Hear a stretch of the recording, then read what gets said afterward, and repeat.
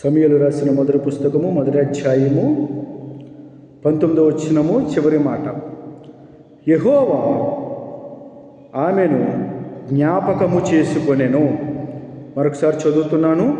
యెహోవా ఆమెను జ్ఞాపకము చేసుకొనెను. చిన్న ప్రార్థన. పరిశుద్ధుడా, మీకు వందనాలు. కొన్ని నిమిషములు మాతో మీరు మాట్లాడండి, మమ్మల్ని బలపరచండి, మమ్మల్ని హెచ్చరించండి, మమ్మల్ని గద్దించండి, మమ్మల్ని ఆదరించండి. మాకు మీ సహాయము అనుగ్రహించండి. మీ వాక్యము ద్వారా మాకు జీవము అనుగ్రహిస్తూ ఉన్నారు. మీ వాక్యము ద్వారా మాకు శక్తి, బలము, సారము, ప్రేమ, కృప, మీ యొక్క ఆత్మ సహాయం అనుగ్రహిస్తూ ఉన్నారు. ప్రభువా, మాతో ఈ పూట, ఈ సమయం, ఈ గడియ మాట్లాడి మీ యొక్క కృపలతో, మీ యొక్క వాక్యముతో మమ్మల్ని భద్రపరచండి, బలపరచండి, సహాయము చేయండి. యేసుక్రీస్తు నామం పేరట అడిగి వేడుకొని పొందినాము తండ్రి. ఆమెన్.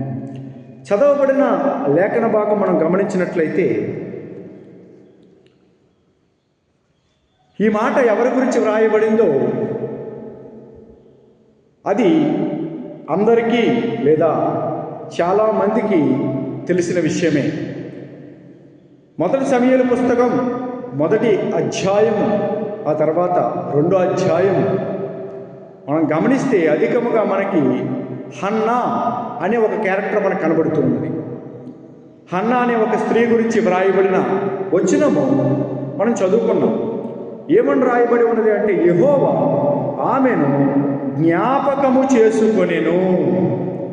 యెహోవా ఆమెను జ్ఞాపకము చేసుకొనెను. ఈ మాట చాలా విచిత్రముగా మనకి కనపడుతుంది. సరిగ్గా ఆలోచన చేస్తే మామూలుగా చదివితే ఏముండదు, కానీ దేవుని వాక్యము అలా చదువుకుంటూ వెళ్ళిపోతే ఏముండదు విషయం. కానీ దివారాత్రులు దానిని ధ్యానించువాడు ధన్యుడు అని మొదటి కీర్తనలో వ్రాయబడిన ప్రకారం దాని గురించి మనము దేవుని ఆత్మ సహాయాన్ని వేడుకుంటున్నప్పుడు, దేవుణ్ణి మనం బ్రతిమలాడినప్పుడు, ప్రభువా నాతో మాట్లాడు అని మనం ఆయన సహాయాన్ని కోరుకుంటున్నప్పుడు ప్రభు మనతో మాట్లాడే దేవుడై ఉన్నారు. ఎందుకంటే యేసుక్రీస్తు ప్రభు సజీవుడై ఉన్న దేవుడు, మాట్లాడే దేవుడు. ఒక వ్యక్తి పాట రాశారు, మాట్లాడే దేవుడవు నీవు అని ఆ పాట. అందులో నీవు మాట్లాడే దేవుడవు అన్నట్లుగా భక్తుడు తన అనుభవంతో కూడిన ఆ యొక్క జ్ఞాపకాలు ఆ పాటలో అతడు భద్రపరచడానికి పరిశుద్ధాత్మ దేవుడు సహాయము చేశారు. దేవునికి స్తోత్రం కలుగునుగా. గమనించిన బిడ్డలారా, ప్రభు అయిన యేసుక్రీస్తు మాట్లాడే దేవుడు. అయితే ఇక్కడ ఆశ్చర్యం కలిగించే విషయం ఏమిటంటే, యెహోవా ఆమెను జ్ఞాపకము చేసుకొనెను అనే మాట విచిత్రం. జ్ఞాపకం చేసుకోవటం ఏంటి? అసలు యెహోవాయే సృష్టికర్త అయిన దేవుడు కదా, యెహోవాయే సర్వాధికారి అయిన దేవుడు కదా. ఆదికాండం 1వ అధ్యాయంలో 1వ వచనంలో ఆది అందు దేవుడు భూమి ఆకాశములను సృజించెను అనే మాట మనకు కనపడింది కదా. ఆది అందు దేవుడు భూమి ఆకాశములను సృజించెను. ఆయన పేరు యెహోవా అన్నట్లుగా మనకి ఆ మొదటి 2 అధ్యాయాల్లో కనబడుతుంది కదా.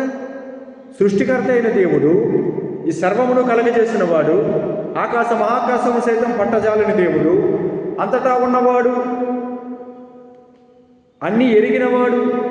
ఈ యొక్క హన్న ఈ 2వ అధ్యాయంలో ఒక మాట చెప్పింది. ఏమనంటే 3వ వచనం చూడండి, యెహోవా అనంత జ్ఞానియగు దేవుడు.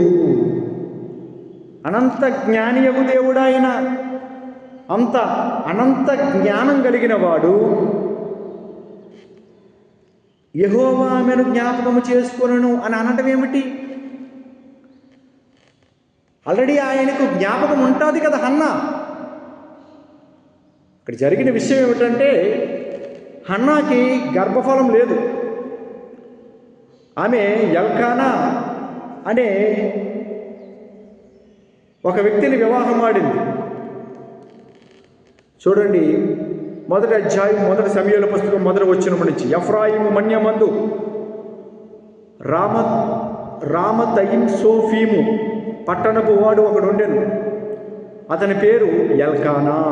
అతడు ఎఫ్రాయిమీయుడైన సూపునకు పుట్టిన తోహు కుమారుడైన ఎలీహునకు జననమైన యెరోహాము కుమారుడు. అతనికి 2 భార్యలుండిరి. వీరిలో ఒక దాని పేరు హన్నా, రెండో దాని పేరు పెనిన్నా. హన్నా, పెనిన్నా 2 పేర్లు అక్కడ చెప్పాడు. ఒక పేరు తర్వాత ఇంకొక పేరు చెప్పాడు. మొదటి పేరు హన్నా అంటే మొదటి భార్య హన్నా, రెండో భార్య పెనిన్నా అని మనకు అర్థమవుతూ ఉన్నది. అయితే మరి మొదటి స్త్రీకి బిడ్డలు లేరని రెండో స్త్రీని వివాహం ఆడాడో మరేంటో మనకి తెలియదు. ఇక్కడైతే ఆ విషయాలు వ్రాయబడి లేదు. అయితే యొక్క హన్నా గర్భఫలం లేని స్త్రీగా మన భాషలో చెప్పుకోవాలంటే గొడ్రాలు అని పిలువబడుతున్న పరిస్థితుల్లో ఆ బిడ్డ ఉన్నది. చాలామంది అవహేళన చేస్తూ, అవమానిస్తూ, వెటకారం చేస్తూ, లేకపోతే ఇష్టం వచ్చినట్లు మాట్లాడుతూ ఉన్నారేమో. అటువంటి వారి మధ్య ఆమె జీవిస్తూ ఉన్న వ్యక్తిగా, గర్భఫలం లేదే అని ఒకలాంటి వేదన, బాధ కలిగిన వ్యక్తిగా ఆ బిడ్డ ఉన్నట్లుగా మనకు అర్థమవుతూ ఉన్నది. ఈనాడు చాలామంది గర్భఫలములు లేని వారిగా ఉంటూ ఉన్నాం. అంటే క్లైమేటిక్ చేంజెస్ కావచ్చు, వాతావరణ పరిస్థితులు కావచ్చు, లేకపోతే టెక్నాలజీ ఎదుగుదల, టెక్నాలజీ డెవలప్మెంట్ జరగటాన్ని బట్టి బాగా సైంటిఫికల్ పొల్యూషన్ పెరిగిపోయి ల్యాప్టాప్స్, లేకపోతే కంప్యూటర్ల వినియోగము, లేకపోతే అనేకమైన ఎలక్ట్రానిక్ మీడియా పరికరాల వినియోగాన్ని బట్టి చాలామందికి గర్భఫలములు లేని వారిగా ఉన్నట్టుగా మనకి తెలుస్తూ ఉన్నది. మన చుట్టుపక్కల సమాజంలో మనకు కనబడుతూ ఉన్నారు. అయితే ఆ జన్మలలో ఈ సన్నివేశం, ఈ సందర్భం ఎప్పుడుదయ్యా అంటే ఇంచుమించు ఒక 4000 సంవత్సరాల క్రితం సన్నివేశం ఇది. 2000 సంవత్సరాల క్రితం యేసుక్రీస్తు ప్రభువు వారు భూమి మీదకి వచ్చారు. ఆయన కంటే ముందు ఇంచుమించు ఒక 2000 సంవత్సరాలకు పూర్వం జరిగిన విషయం ఇది. అయితే హన్నాకి బిడ్డలు లేరు. అయితే ఆ భర్త ఎల్కానాకి మరి రెండో భార్య ఉంది కదా పెనిన్నా, ఆమెకైతే పిల్లలు ఉన్నారు. హన్నాకు పిల్లలు లేకపోయిరి. చూడండి ఆ 2వ వచనం చివరి మాట, హన్నాకు పిల్లలు లేకపోయిరి. అయితే అటువంటి పరిస్థితుల్లో హన్నా ఉన్నది. అయితే మంచి భక్తిపరురాలు. వీరు షిలోహు అనే ప్రాంతానికి వెళ్ళి ప్రతి సంవత్సరం వెళ్ళి బలులు అర్పించి అక్కడ నైవేద్యాన్ని సమర్పించి యెహోవా దేవునికి, అక్కడ ఏలీ అనే ఒక ప్రధాన యాజకుడు అక్కడ అప్పట్లో వారు జీవిస్తున్న దినములలో అక్కడ ఉంటూ ఉన్నాడు, ప్రధాన యాజకుడుగా ఏలీ గారు. అయితే ఈ హన్నా, ఆమె భర్త ఎల్కానా, అలాగే ఎల్కానాకి రెండో భార్య పెనిన్నా, అలాగే పెనిన్నా బిడ్డలు వెళ్ళి అక్కడ ప్రతి ఏటా బలులు అర్పిస్తూ వస్తూ ఉండేవారు. హన్నా అక్కడికి వెళ్ళినప్పుడల్లా మరి ప్రార్థనలు చేసుకుంటా ఉండవచ్చు. అయితే ప్రార్థనలు చేస్తూ ఉన్నది. అలాగే ఆమె భర్త కూడా బలులు అర్పిస్తూ ఉన్నాడు. దేవుడు కనికరిస్తాడు, దేవుడు కార్యము చేస్తాడు, దేవుడు అద్భుతం చేస్తాడు. అయ్యో ఇన్ని నెలలు అయిపోయింది, ఇన్ని సంవత్సరాలు అయిపోయింది, గర్భఫలం లేదు, ఒక బిడ్డ లేడు.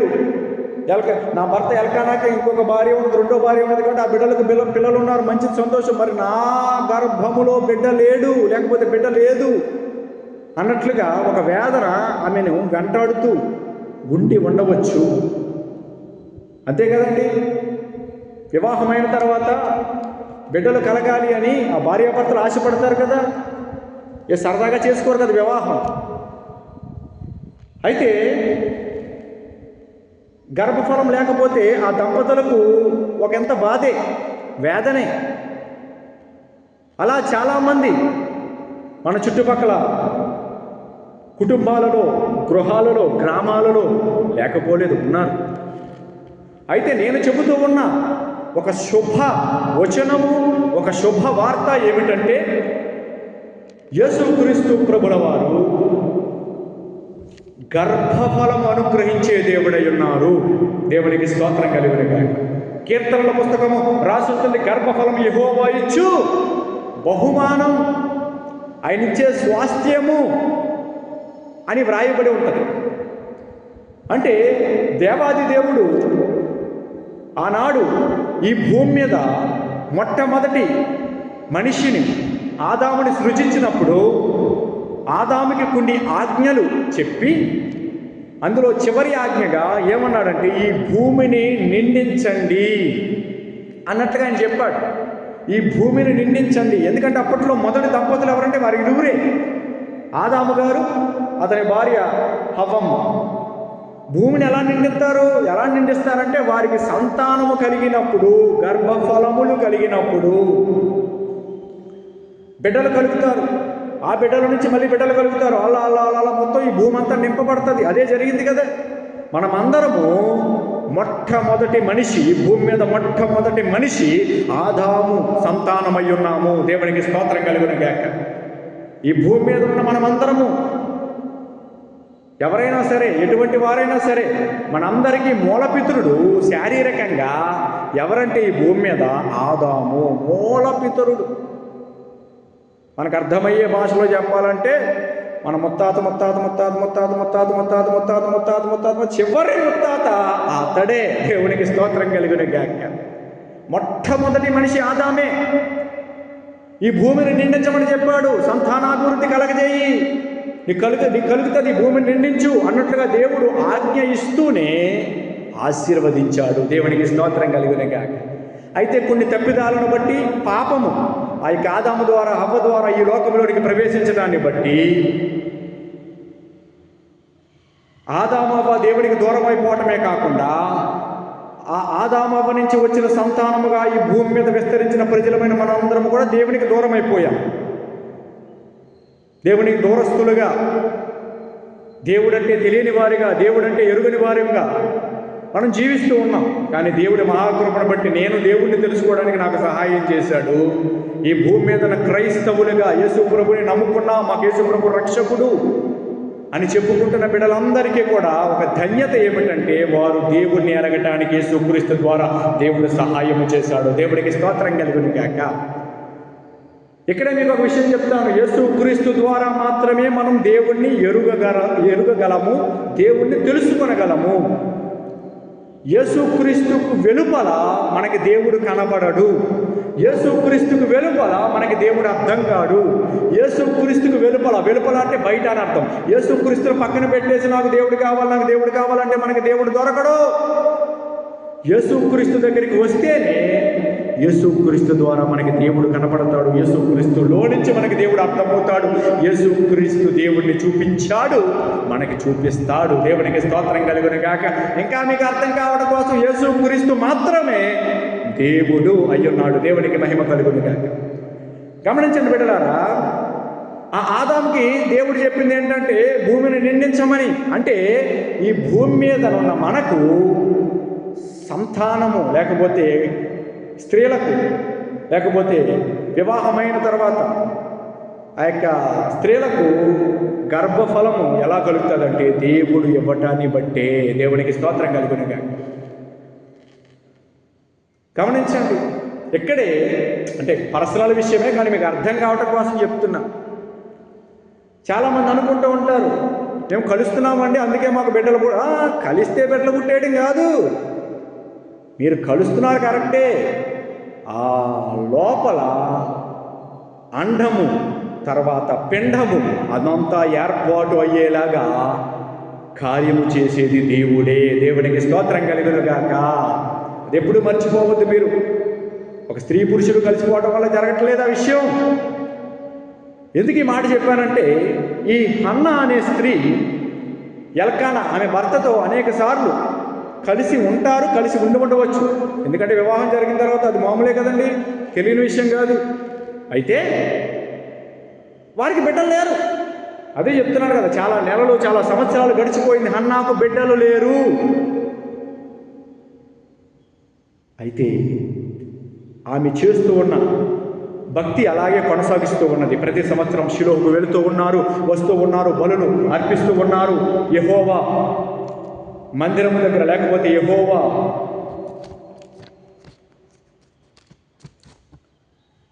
ఆ యొక్క గుడారం ఏదైతే ఉన్నదో అక్కడ ఏలి ప్రధాన యాజకుడిగా ఉన్నాడు. అక్కడ బలిపీఠం మీద బలులు అర్పించబడుతూ ఉన్నాయి. ఎల్కానా హన్నా వెళ్ళి అలా భక్తి చేస్తూ ఉన్నారు. ఆమె వెళ్ళి మరి ఆ యొక్క ద్వారం దగ్గర ప్రార్థన చేస్తూ వస్తూ ఉన్నదేమో. సంవత్సరాలు గడిచిపోతూ ఉన్నాయి. అయితే గుర్తుపెట్టుకోండి, ఆమె ఒకసారి చాలా నిరుత్సాహంలోకి వెళ్ళిపోయింది. జాగ్రత్తగా వినండి, చాలా చిన్న విషయమే కానీ మీ మనసులో పెట్టి నేను ముగించేస్తాను. 4వ వచనం చూడండి, మొదటి అధ్యాయము 4వ వచనము, మొదటి సమూయేలు పుస్తకం. ఎల్కానా తాను బలి అర్పణ చేసిన నాడు తన భార్యయగు పెనిన్నాకును దాని కుమారులకును కుమార్తెలకును పాలు ఇచ్చుచూ వచ్చెను. కానీ హన్న తనకు ప్రియముగానున్నందున ఆమెకు 2 పాలు ఇచ్చుచూ వచ్చెను. యెహోవా ఆమెకు సంతు లేకుండా చేసెను. యెహోవా ఆమెకు సంతు లేకుండా చేసెను అంటే యెహోవా సంతానము ఇవ్వకపోతే ఆ హన్నాకి సంతానం కలగదు. అంటే దేవుడు ఇవ్వకపోతే కలగదు. యెహోవా ఆపు చేశాడంట. ఎందుకు ఆపు చేశాడు? హన్నాకు శ్రేష్టమైనది ఇవ్వాలి అని దేవుడు అనుకుంటున్నాడు. దేవునికి స్తోత్రం చెప్దాం, చప్పట్లు కొట్టి దేవుడిని మహిమపరుద్దాం. సంవత్సరాలు గడిచిపోతూ ఉన్నాయండి. మా జీవితాలలో ఎటువంటి అభివృద్ధి లేదు, ఎటువంటి ఎదుగుదల లేని పరిస్థితుల్లో మేమున్నాం. ఉద్యోగం కోసం ఎదురు చూస్తున్నాం, లేకపోతే వివాహం, లేకపోతే గర్భఫలం, లేకపోతే ఆ పరిస్థితి, లేకపోతే ఇల్లు కట్టుకుందాం అనుకున్నాం, లేకపోతే అది చేసుకుందాం అనుకున్నాం. కానీ ఎటువంటి పరిస్థితుల్లో ఎదుగుదల లేనట్లుగా, స్థిరత్వం లేనట్లుగా మాకు అనిపిస్తూ ఉన్నది. ఏమి అర్థం కావట్లేదు అన్నట్లుగా కొంతమంది అనుకుంటూ ఉన్నారేమో, వాపోతూ ఉన్నారేమో, బాధపడుతూ ఉన్నారేమో, వేదన చెందుతూ ఉన్నారేమో. నేను చెబుతూ ఉన్న ఒక అద్భుతమైన సువార్త, శుభవార్త ఏమిటంటే, మీకు శ్రేష్టమైనది దేవుడు ఇవ్వాలి అనుకుంటున్నాడు. శ్రేష్టమైనది, ఎందుకంటే దేవుడు ఎప్పుడు శ్రేష్టమైనది ఇవ్వాలి అనుకుంటున్నాడు అందరికీ. దేవునికి స్తోత్రం కలుగును గాక. కానీ అందరూ దానిని పొందుకోవడానికి ఇష్టపడట్లా. అది వేరొక అంశం, మరి అది పక్కన పెడితే ఆయన మాత్రం అందరికీ ఏమి ఇవ్వాలనుకుంటున్నాడంటే శ్రేష్టమైనది ఇవ్వాలనుకుంటున్నాడు. మంచిది కాదు, మంచిదానికన్నా గొప్పది శ్రేష్టమైనది. దేవునికి స్తోత్రం కలుగును గాక. అయితే యెహోవా ఆమెకు సంతు లేకుండా చేసెను. ఇప్పుడు యెహోవా ఆమెకు సంతు లేకుండా చేసెను అంటే అర్థం ఏమిటంటే యెహోవా ఆమెకు సంతానం ఇవ్వట్లా, ఆపు చేస్తూ ఉన్నాడు. ఆయన ఇవ్వాలనుకుంటే వెంటనే ఇచ్చేయొచ్చు. వాళ్ళు వెళ్తున్నారు, భక్తి చేస్తూ ఉన్నారు, ప్రార్థనలు చేస్తూ ఉన్నది, బలులు అర్పిస్తూ ఉన్నారు. సంవత్సరాలు అంటే ప్రతి ఏటా వాళ్ళు షిలోహుకు వెళుతున్నారు. దేవుడు పెట్టిన కట్టడలను బట్టి, ఆజ్ఞలను బట్టి, ధర్మశాస్త్రమును బట్టి వీరు వెళుతూ ఉన్నారు, వస్తూ ఉన్నారు. కానీ ఈమెకు మాత్రం గర్భఫలం కలగట్లేదు. వారికి ధనం ఉన్నది, వారికి ఆస్తిపాస్తులు ఉన్నాయి. కానీ వారికి అంటే ఎల్కానాకి హన్నా అంటే చాలా ప్రేమ, చాలా ప్రియమైన భార్యగా హన్నా ఉన్నది. ఆమె గర్భఫలం కలగాలి అని ఎంతో ఎల్కానా ఆశపడుతున్నాడు, హన్నా కూడా ఆశపడుతూ ఉన్నది. కానీ గర్భఫలం లేని పరిస్థితి, మృతతుల్యమైపోయిన పరిస్థితి. లేకపోతే ఇంకా బిడ్డ పుట్టట్లేదు. మనం అంటాం కదా, ఇంతకు చెప్పాడు కదా, గుడ్రాలు అన్ని అటువంటి మాటలతో కూడిన పరిస్థితి. కానీ గుర్తుపెట్టుకోండి, ఒకసారి ఏం జరిగిందంటే ఏటాటా మీరు వెళ్ళి వస్తున్నట్లుగా వెళుతూ ఉన్నారు, వస్తూ ఉన్నారు. ఒక సంవత్సరం ఏం జరిగిందంటే వీరు వెళ్ళిన తర్వాత చూడండి 10వ వచనము, నేను ముగిస్తాను త్వరగా. చూడండి 10వ వచనము. బహు దుఃఖాక్రాంతురాలై వచ్చి యెహోవా సన్నిధిని ప్రార్థన చేయుచు బహుగా ఏడ్చుచు, సైన్యములకు అధిపతివగు యెహోవా, నీ సేవకురాలనైన నాకు కలిగి ఉన్న శ్రమను చూచి నీ సేవకురాలనైన నన్ను మరువక జ్ఞాపకము చేసుకుని నీ సేవకురాలనైన నాకు మగపిల్లను దయచేసిన ఎడలా వాని తల మీదకి క్షౌరపు కత్తి అన్నటికీ రానియక వాడు బ్రతుకు దినములన్నిటినూ నేను వారిని యెహోవాకు నీకు అప్పగింతునని మ్రొక్కుబడి చేసుకొనెను. ఆమె యెహోవా సన్నిధిని ప్రార్థన చేయుచుండగా ఏలి ఆమె నోరు కనిపెట్టుచుండెను. ఏలయనగా హన్న తన మనస్సులోనే చెప్పుకొనుచుండెను. హన్న తన మనస్సులోనే చెప్పుకుంటుంది. మీకు చెప్పాను కదా, ప్రతి ఏటా వారు షిలోకి వెళ్ళొస్తున్నారని. అలాగే సంవత్సరాలు గడిచిపోతూ ఉన్నాయి. ఒక రోజు లేదా ఒక ఏట అంటే ఒక సంవత్సరము వారు అలాగే వెళ్ళారు. యాజిటీస్గా వారు వాడుక చొప్పున వెళ్తున్నట్లుగానే వెళ్ళారు. వెళ్ళిన తర్వాత ఎలకానా బలులు అర్పించడానికి వెళ్ళాడు. ఆ రోజు హన్న భోజనం చేయకుండా ఆమె ఏం చేసిందంటే ఆ షిలోహులోనికి వెళ్ళిపోయింది. అక్కడికి వెళ్ళిపోయి అక్కడ కింద కూర్చుని ఏడుస్తూ ఉన్నది. మనసులో తనలో తాను చెప్పుకొనుచు చాలా వేదన, చాలా బాధ, బహు దుఃఖాక్రాంతురాలై యెహోవా సన్నిధిని ప్రార్థన చేస్తుంది. బహుగా ఏడ్చుచు, చాలా ఏడ్చేస్తుంది. ప్రభువా, నన్ను జ్ఞాపకం చేసుకో అయ్యా, నాకు సహాయం చేయి తండ్రి, నాకు కృప చూపించిన ఆయన, నేను నీ సేవకురాలను కదయ్యా, నేను నీ భక్తురాలను కదయ్యా, నన్ను కనికరించిన ఆయన అని చెప్పుకుంటూనే ఏమన్నదయ్యా అంటే, నాకు ఒక మగ బిడ్డనివ్వి, ఆ బిడ్డను నీకు సేవకి ఇచ్చేస్తాను, నీ పరిచర్యకి ఇచ్చేస్తాను అని ఆమె చెప్పుకుంటూ ఉన్న మాటలు పైకి వినపడకపోయినా అవి దేవునికి వినపడుతూ ఉన్నాయి. నీ మనసులో, నీ హృదయంలో, నీ ఆత్మలో, లేకపోతే నువ్వు మామూలుగా చేసే ప్రార్థన, నీవు ఎలా ప్రార్థన చేస్తున్నప్పటికీ దేవుడు వినే దేవుడై ఉన్నాడు. దేవునికి స్తోత్రం కలుగును గాక. ఆయన ప్రార్థనలు ఆలకించువాడు. హల్లెలూయా. ఆమె ఎంతో వేదన చెందుతూ ఉన్నది, బహు దుఃఖపడుతూ ఉన్నది, ఏడుస్తూ ఉన్నది, కన్నీరు కారుస్తూ ఉన్నది, రోధిస్తూ ఉన్నది. ప్రభువా, నాకు సహాయం చేయి ప్రభువా అని ఎంతో వేదన చెందుతూ ఉన్నది. ఇక్కడ ఒక విషయం చెప్తాను మీకు. ఆమె తన గురించి తాను చెప్పుకున్నది. పెళ్లి నాకు ఇచ్చావు నాయన, నాకివ్వలేదేంటి ప్రభువా, అలాంటి మాటలు మాట్లాడలేదు తను. నా భర్త ఎలకానా, నాకు బిడ్డలు లేరు. ఎలకానా ఇంకొక వ్యక్తిని పెళ్లి చేసుకున్నాడు కదా, ఇంకొక రెండో భార్య. ఎలకానాకి అంటే నా భర్తకి రెండో భార్య ఉంది కదా, ఆవిడికి ఇచ్చావు బిడ్డలు, నాకు ఇవ్వలేదే అని వారిని ఎత్తిపెట్టి ప్రార్థన చెయ్యలేదు. జాగ్రత్తగా వినండి. చాలామంది ప్రార్థనలు చేస్తున్నప్పుడు ఇలా చేస్తారు. ప్రభు, వాళ్ళకి ఇచ్చావు కదా నాయన, నాకు ఇవ్వు ప్రభు, వీళ్ళకి ఇచ్చావు కదా నాకు, వాళ్ళకి ఇచ్చావు వీళ్ళకి ఇచ్చావు అవి నీకు అనవసరం. నీకేం కావాలో దేవుడిని అడుగు, నీ అవసరము దేవుడి దగ్గర చెప్పు, నీ పరిస్థితి దేవుడి దగ్గర విన్నవించు. నువ్వు దేవుడికి ఏమి చేయగలవు, దేవుడి యొక్క నుంచి ఎలా దానిని పొందుకోనగలవు, దాని గురించి దేవుడితో డిస్కస్ చెయ్యి, దాని గురించి దేవుడితో మాట్లాడు, ముచ్చటించు, ప్రార్థన చెయ్యి, ప్రాధేయపడు, అడుగు, వెతుకు, తట్టు. అది జరగాలి. అది జరగటం మానేసి వాళ్ళకి ఇచ్చావు నాయన, నాకు ఇవ్వు నాయన, వీళ్ళకి ఇచ్చావు నాయన, నాకు ఇవ్వు నాయన. ఏంటి వాళ్ళకి ఇచ్చావు వీళ్ళకి ఇచ్చావు, నీకు అవి కాదు, వాళ్ళకి ఏదో ఉంది అది నీకు కావాలి.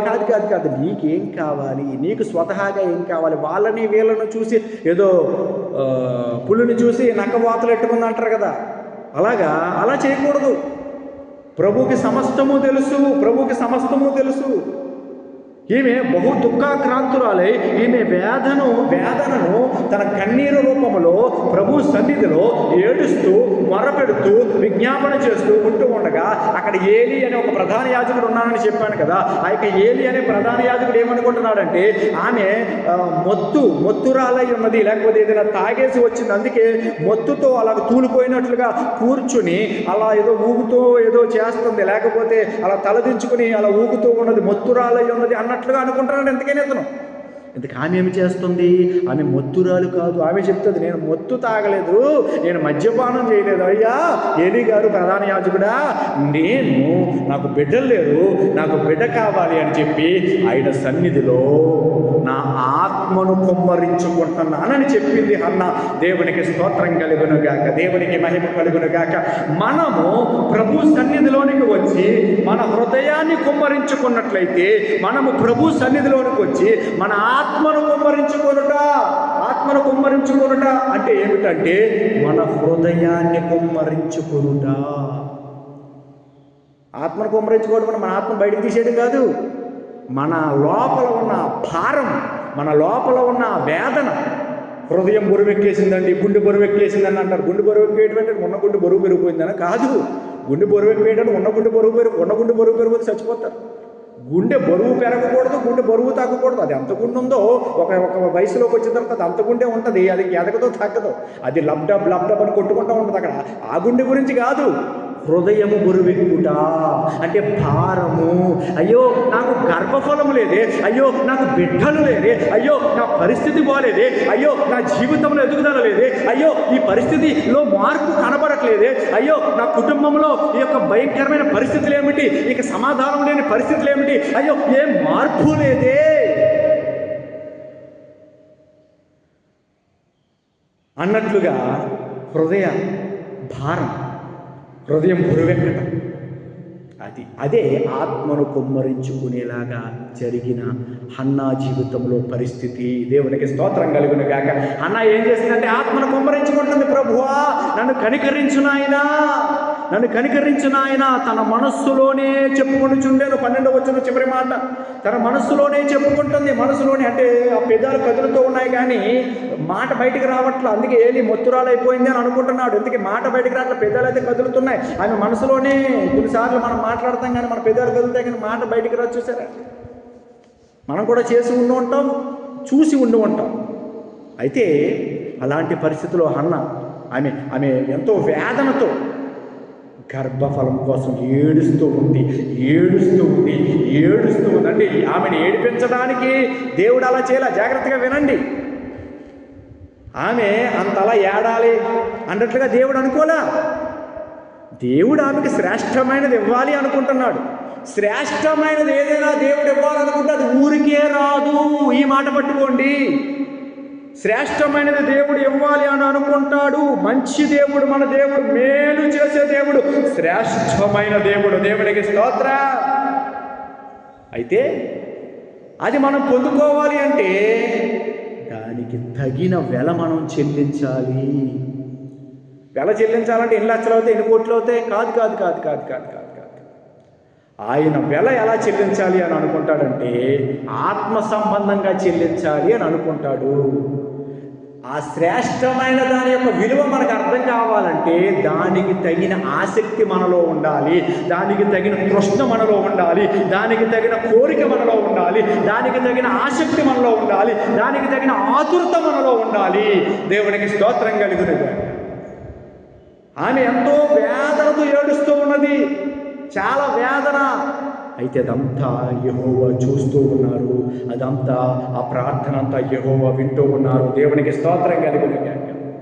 ఆ పక్కనే ఉన్న ఏలీకి వినపడలేదు కానీ పరలోక సింహాసనం మీద పరలోక దేవదూతలు స్తుతులు చెల్లిస్తూ ఉంటే సింహాసనము మధ్యలో ఉన్న ఆ దేవాది దేవునికి అన్న ప్రార్థన వినపడినది. దేవునికి స్తోత్రం కలుగునుగా.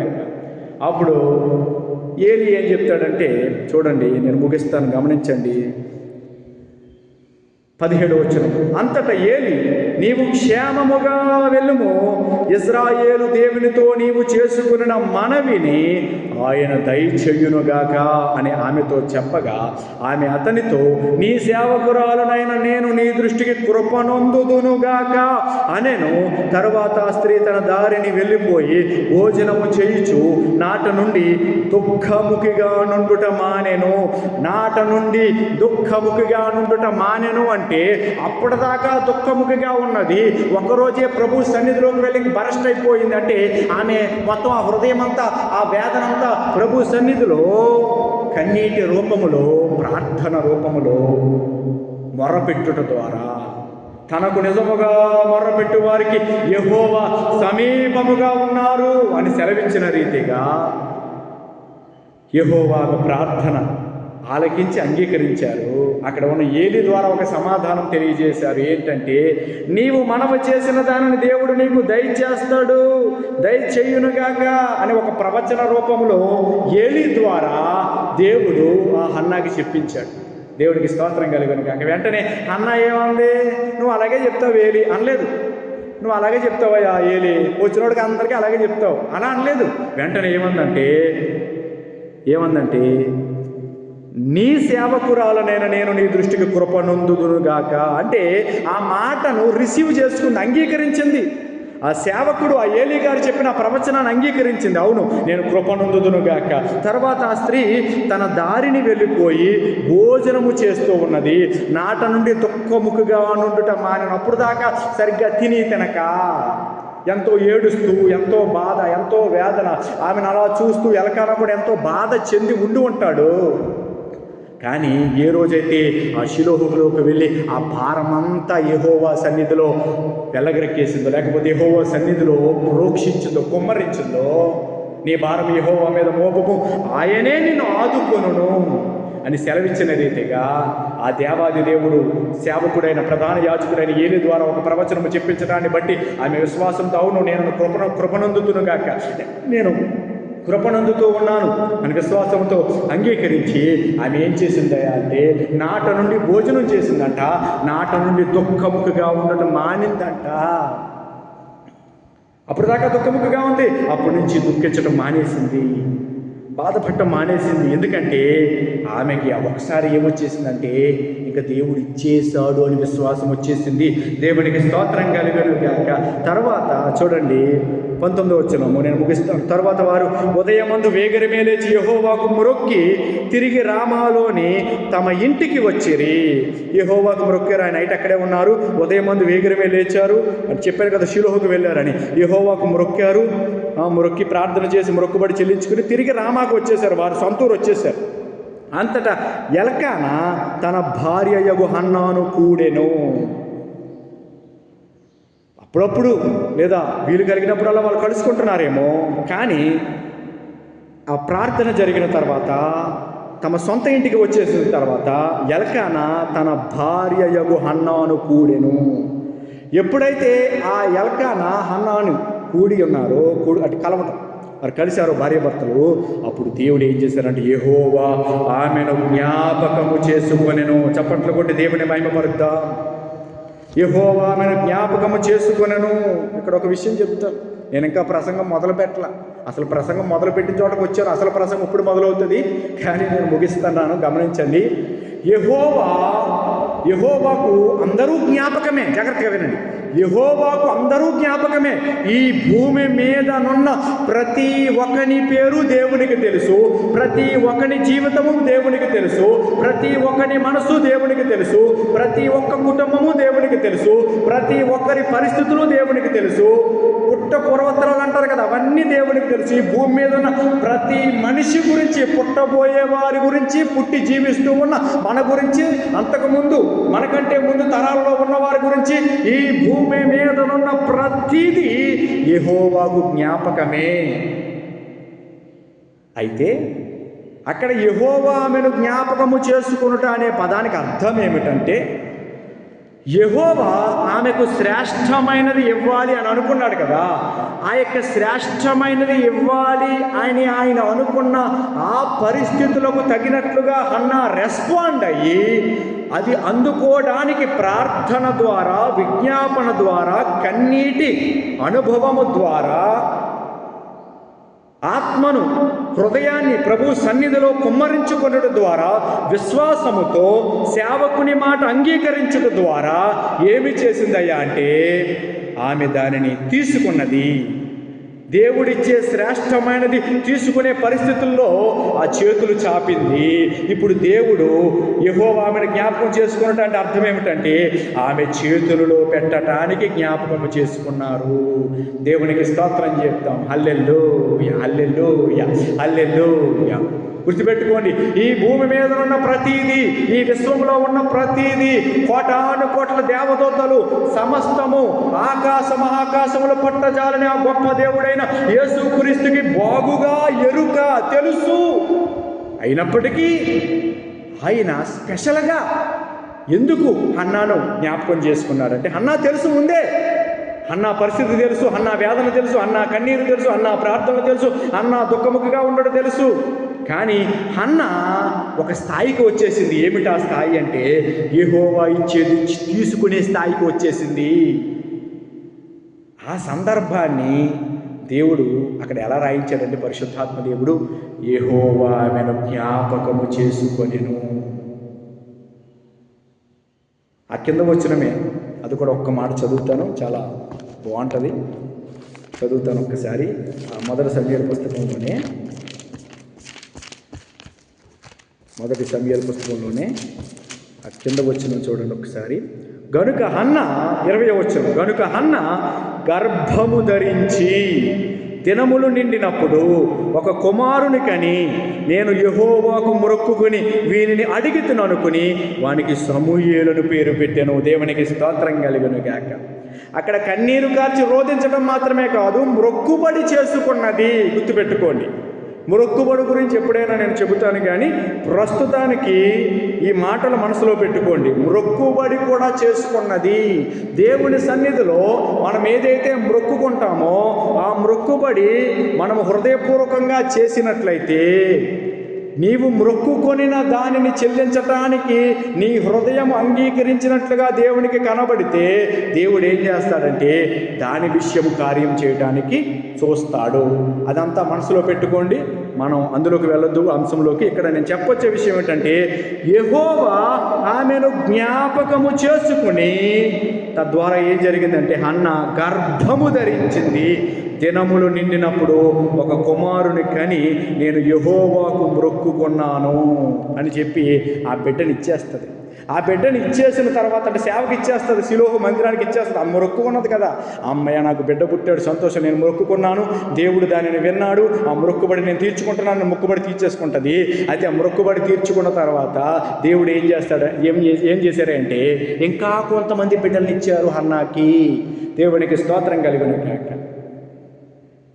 ఆమె ఎప్పుడైతే హృదయాన్ని కుమ్మరించుకున్నదో, దేవుడు ఇచ్చే శ్రేష్టమైనది తీసుకునేంత స్థాయిలోనికి వెళ్ళిందో, ఆమె కన్నీటి ప్రార్థన ద్వారా, ఆమె విజ్ఞాపన ద్వారా, ఆమె ఆత్మను లేదా హృదయాన్ని కుమ్మరించుకున్నట్టు ద్వారా, ఆమె పరిస్థితి అంతా వెళ్ళగ్రక్కుడు ద్వారా లేదా యేసుక్రీస్తు ప్రభు సన్నిధిలో ఆ యొక్క కన్నీటి ప్రార్థన రూపంలో ఆమె మనసు ద్వారా ఆ చేసిన ప్రార్థన అంతా దేవుడు విన్నారు. దానిలో భాగంగానే మొక్కుబడి కూడా చేసుకున్నది. మొక్కుబడి చేసుకున్నట అనేది చాలా అద్భుతమైన విషయం. అందుకు నేను చెప్పొచ్చే విషయం ఏమిటంటే, నీవు ఎలాంటి పరిస్థితుల్లో ఉన్న వ్యక్తివైనా సరే, ఈ కొండ మీద కట్టబడిన మందిరములో దేవాది దేవుని ప్రసన్నత ఉన్నది, దేవాది దేవుని తేజోమహిమ ఉన్నది. నీవు ఇక్కడికి వచ్చినట్లయితే, నీ విషయమై నీవు ప్రార్థించినట్లయితే, అలాగే నీ విషయమై నేను కూడా ప్రార్థన చేస్తాను. ఇక్కడ దైవజనుడిగా ఉన్నా, కాపరిగా ఉన్నా నేను కూడా ప్రార్థన చేస్తాను. దేవుడు కార్యము చేస్తాడు. దేవునికి స్తోత్రం కలుగునుగాక. దేవుడు అద్భుతము చేస్తాడు. దేవునికి మహిమ కలుగునుగాక. దేవుడు మహాశ్చర్య కార్యము చేస్తాడు. దేవునికి స్తోత్రం కలుగునుగాక. యెహోవా ఆమెను జ్ఞాపకము చేసుకొనెను. మనల్ని కూడా ఆయన జ్ఞాపకం చేసుకుంటాడు. మనల్ని కూడా ఆయన జ్ఞాపకం చేసుకుంటాడు. దాంట్లో భాగంగానే మనం మొక్కుబడి చేసుకుంటే అది ఇంకా చాలా అద్భుతమైన విషయం. ఎప్పుడైనా మొక్కుబడి గురించి చెప్తాను, నేను అది చెప్పడానికి మనకి సమయం లేదు కనుక నేను ముగిస్తున్నాను. గమనించండి బిడ్డలారా, యేసుక్రీస్తు సన్నిధిలో నీవు మొర్ర పెడితే, నిజముగా మొర్ర పెడితే ప్రభు నీకు సహాయము చేస్తాడు. అందుకే అడుగుడి మీకు ఇయ్యబడును, తట్టుడి మీకు తీయబడును, వెతకుడి మీకు దొరుకును అని యేసుక్రీస్తు ప్రభుల వారు సెలవిచ్చారు. యేసుక్రీస్తు ప్రభుల వారు అన్నారు, నా నామమున, అంటే యేసుక్రీస్తు నామమున మీరు తండ్రిని ఏమడుగుతారో ఆయన ఇచ్చే దేవుడై ఉన్నారు అని సెలవిచ్చారు ఆయన. దేవునికి స్తోత్రం కలుగును. అలాగే నా నామమున మీరు దేనిని అడుగుతారో దానిని నేను చేస్తాను అన్నట్టుగా యేసుక్రీస్తు ప్రభుల వారు సెలవిచ్చారు. అందుకు ఈ చుట్టుపక్కల ఉన్న బిడ్డలకు, విశ్వాసులకు ప్రేమపూర్వకంగా నేను తెలియజేసుకుంటున్న విషయము ఏమిటంటే, ఈ ప్రార్థనా మందిరము సమస్త అన్యజనులకు ప్రార్థనా మందిరము అని పిలువబడుతూ ఉన్నది అని యెషయా గ్రంథంలో రాయబడిన ప్రకారము ఇక్కడికి వచ్చి మీరు చేసే ప్రార్థనలు ప్రభు ఆలకించే దేవుడై ఉన్నారు. దేవునికి స్తోత్రం కలుగును గాక. ప్రభు కార్యములు చేసే దేవుడై ఉన్నారు. దేవునికి స్తోత్రం కలుగును గాక. శ్రేష్టమైనది నీకు అనుగ్రహించే దేవుడై ఉన్నారు. ఈ మాటలు వింటూ ఉన్న బిడ్డలకు నేను ప్రేమపూర్వకంగా తెలియజేస్తూ ఉన్నాను. ఈ యొక్క దేవాలయంలోనికి, కొండ మీద కట్టబడిన ఆలయంలోనికి, మందిరంలోనికి రండి బిడ్డలారా. మీ జీవితంలో ప్రభు కార్యాలు చేస్తారు. ఎందుకంటే నేను ప్రకటించే దేవుడు అద్భుతకరుడు, నేను ప్రకటించే దేవుడు ఆశ్చర్యకరుడు, నేను ప్రకటించే దేవుడు మహా ఆశ్చర్య కార్యములు చేయగలిగిన దేవుడై ఉన్నాడు. దేవునికి స్తోత్రం కలుగును గాక.